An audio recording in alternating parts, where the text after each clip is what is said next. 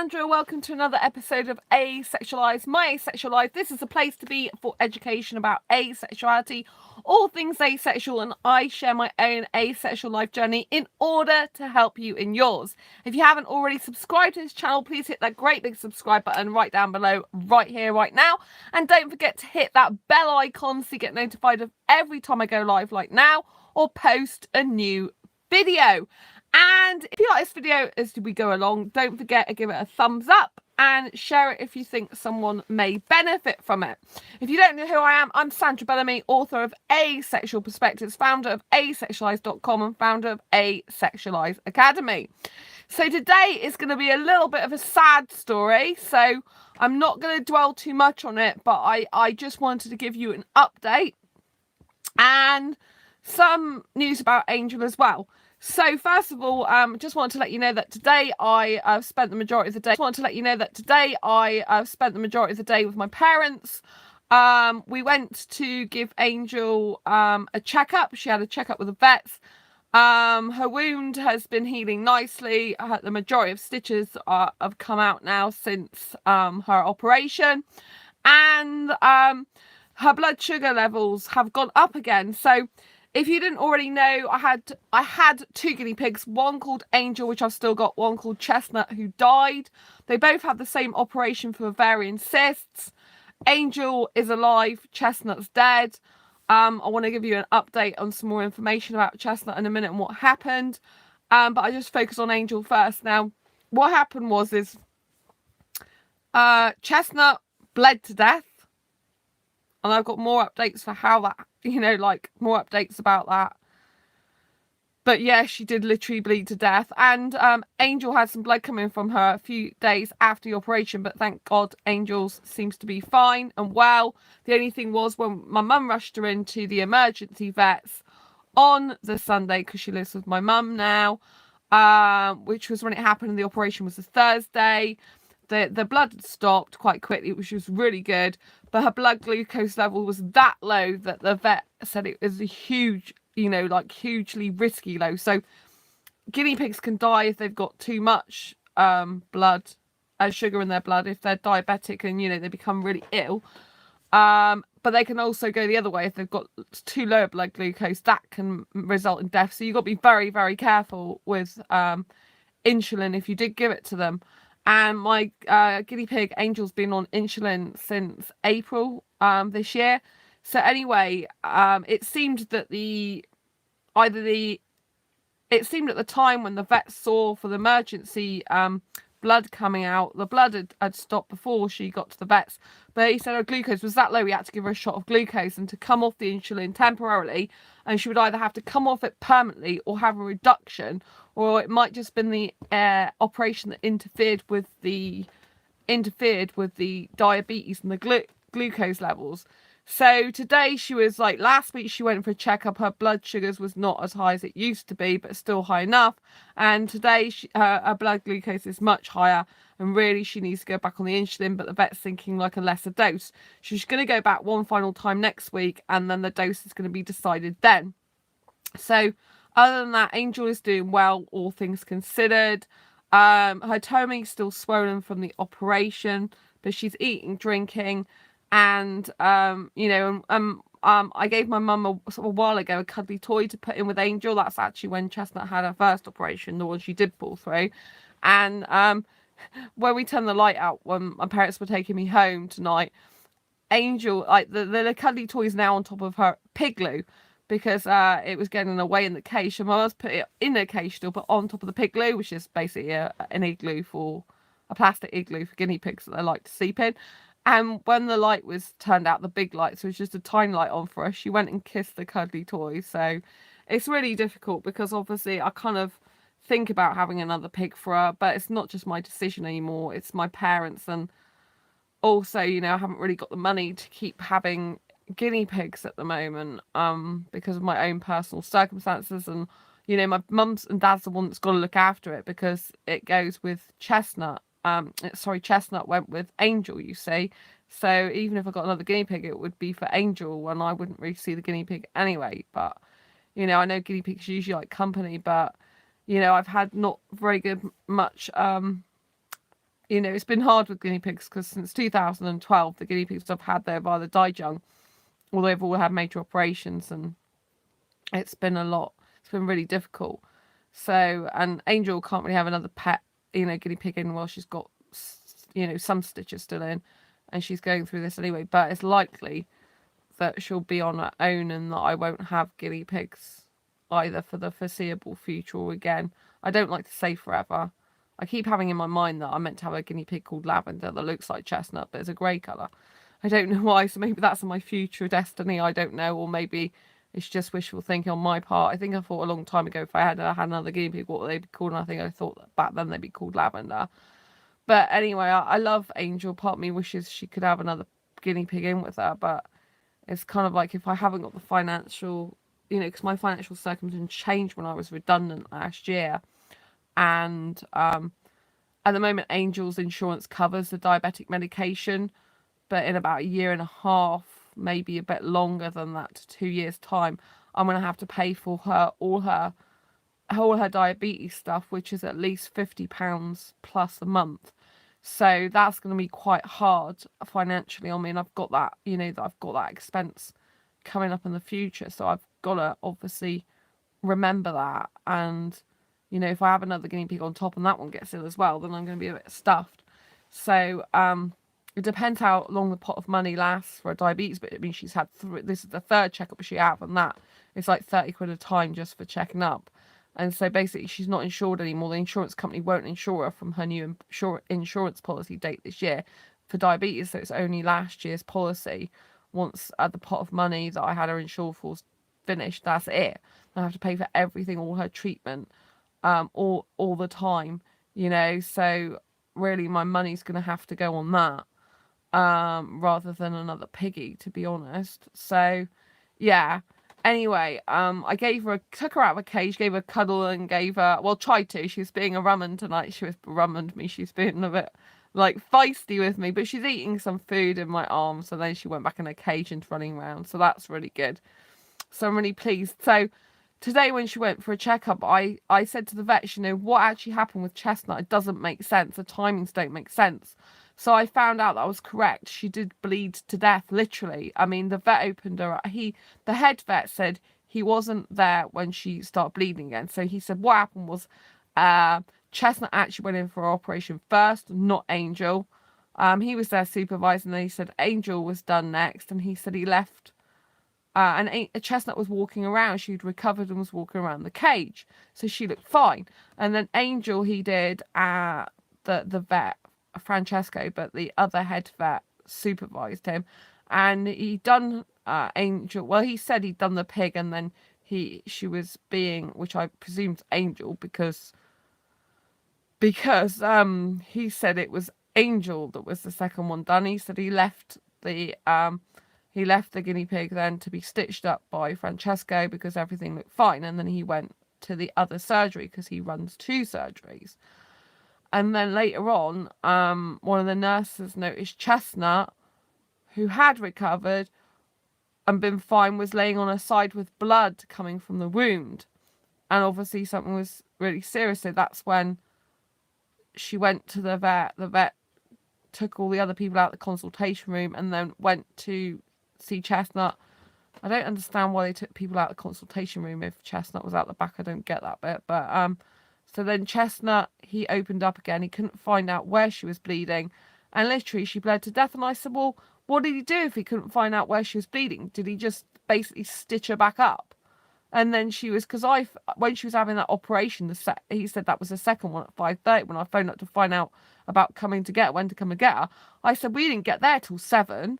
And we didn't even leave till about 8 o'clock when she, you know, or after. Because, I mean, by the time we got home, to my parents, I think it was nearly 9. So I said she'd been bleeding for basically 2.5 hours to death. And I said, you know, did he just stitch her up again after she was bleeding? And that was it. And he said, well, yeah, what else was he supposed to do?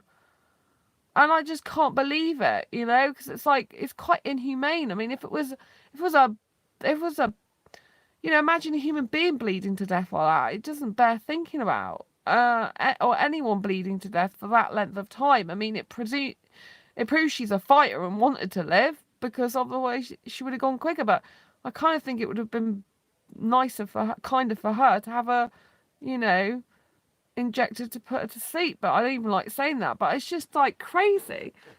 It's like, and he said we don't know where it's coming from. You know, he couldn't find it. And the guy, Francesco, phoned the head vet up at his other practice to talk to him about, you know, tell him about the bleeding and to discuss it with him. But it's like, it's just devastating, you know. It's devastating to know that she died that way. She's perfectly fine like hours before. You've seen on the video footage.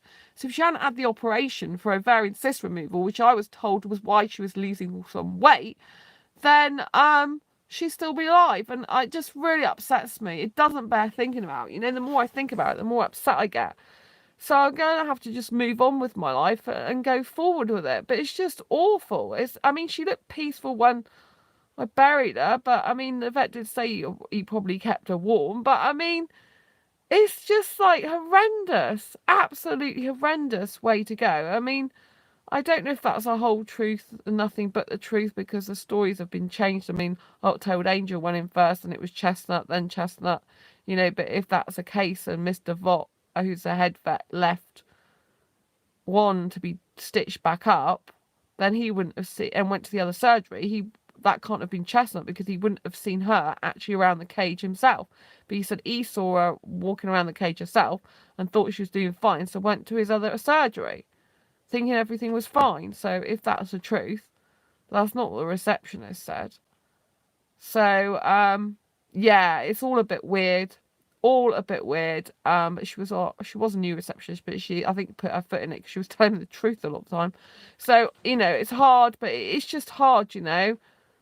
It's just unimaginable. It's really crazy. And so that's been really difficult for me today, I have to admit. It's so traumatic. And, you know, and I just want to say, if you've gone through any trauma in your life, I really feel for you, you know. I really do. I know how hard it is losing a loved one and a furry kid. And, you know, I think with asexuals, furry kids are even more important, because a lot of us, we're unlikely to find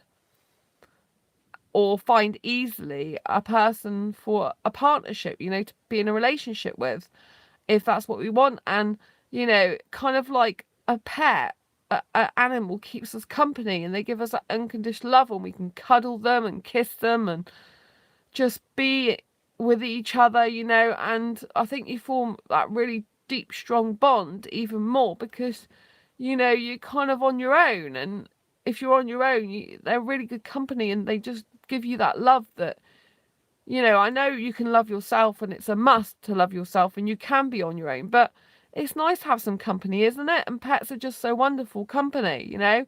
I miss my guinea pig. I miss my Chestnut. You know, and she was my best friend, and I just wished I'd been there to hold her paws at the end when she was going through all that. I really do, you know. Kind of part of me, like 10 minutes before I got told she was dead, I wanted to ask if I can go at the back and, you know, she's going to die, be with her, you know. But I didn't actually say that, but it wasn't long after he came out anyway. But I mean, I've still kept the cages for now, you know, because Angel at the moment is going back to see if she's got to be on insulin again for probably the rest of her life next week. So my mum said, oh, if she isn't diabetic anymore, you could have her back, but it's unlikely anyway, because the vet said she'll probably be back on it next week, because she has blood glucose levels are way too high again. So she'll be on it for life. So my parents are going to have her forever. So unless I buy any more guinea pigs, I'm going to be guinea pigless, which I'll have to deal with that when it comes. But right now, I've got to just keep the cages at the moment.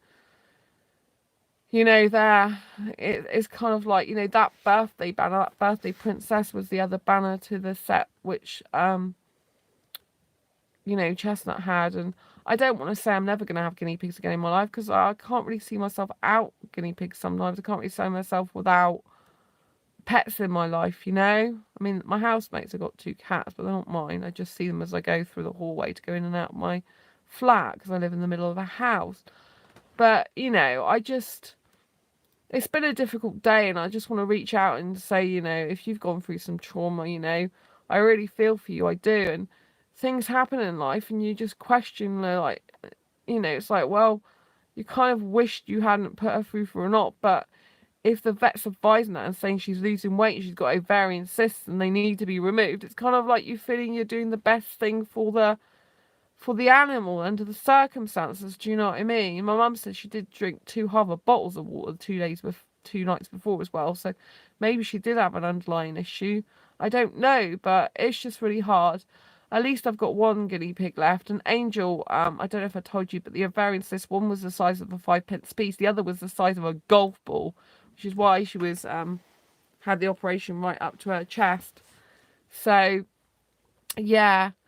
I just want to give you some love and reach out to you, really, if you're in a similar predicament to me, if you had pets all your life pretty much and then all of a sudden you've got to be without them, or had them for the last, I've had pets. I got my I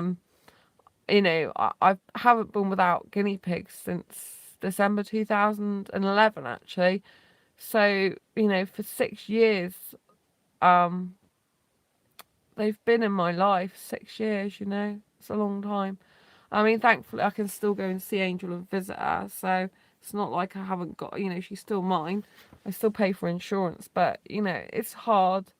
It's hard. I love her to bits, and I wouldn't want to be without her. I just want her to be happy, and I'm so sorry for her that Chestnut's gone. It's going to be a bit hard, I think, but hopefully she'll cope. She coped well when Chestnut was over here for 10 days recovering from her other op in July, which is why I thought she'd be fine in this op.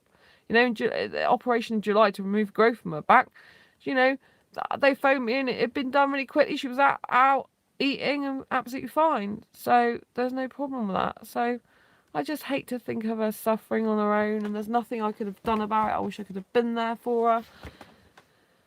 But I'm going to drive myself crazy the more I think about it, because I get flashes of when I buried her and I get flashes of what she was like on the video. And I'll keep playing the videos. And in some way they do help me, because they kind of help me to remember what she was like. But even though it's really tough, because there's like nothing wrong with her, looking at her, it looks like there's absolutely nothing wrong with her the night before. And it's like she probably would still be here now and I'd still have her for some time. I don't know how long I would have had her if she was losing weight, but I would have still had her for some time.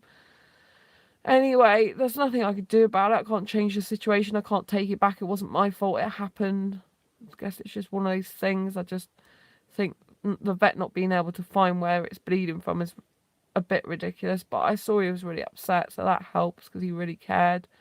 But just like bleeding for 2.5 hours or more to death, it's just, I can't even imagine what it's like. It might even been more, time. It's just horrendous.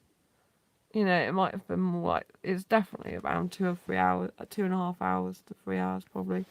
Anyway, I know tonight's been a bit different video, a bit difficult to talk to you about.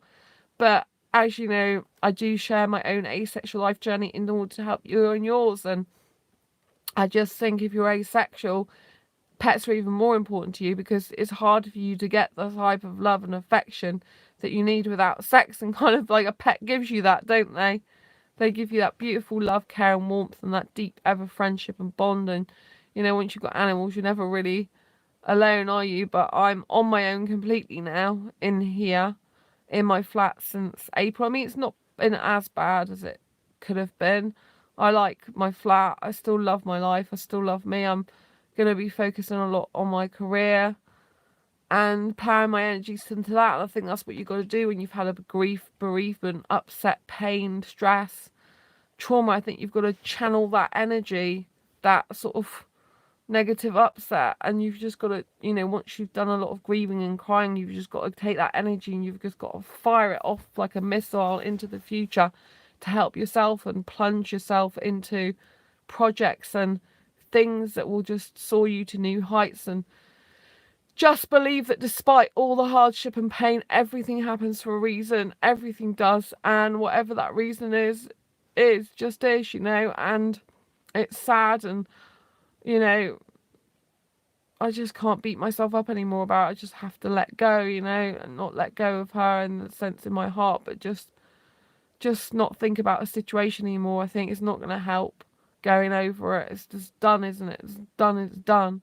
But it's just been very difficult. But yeah, I'm just going to try and use that energy and use Chestnut's energy within me and power within me like a superpower to supercharge my life forward and really change it and make a difference in the world. I think that's the best thing to do. So anyway, I'm going to love you and leave you for now. Thank you so much for watching. If you like this video, please get a thumbs up. If you haven't already subscribed, subscribe by hitting that great big subscribe button now. Hit that bell icon to get notified every time I go live and post a new video. Thank you to all the beautiful community of subscribers here for always watching my videos, for sharing, commenting, liking, and just being awesome. Love you to bits. Take care. Good night. Night from me and Angel at my parents, and I guess R.I.P. Chestnut. Yeah. Anyway, lots of love. Take care. Bye. Bye.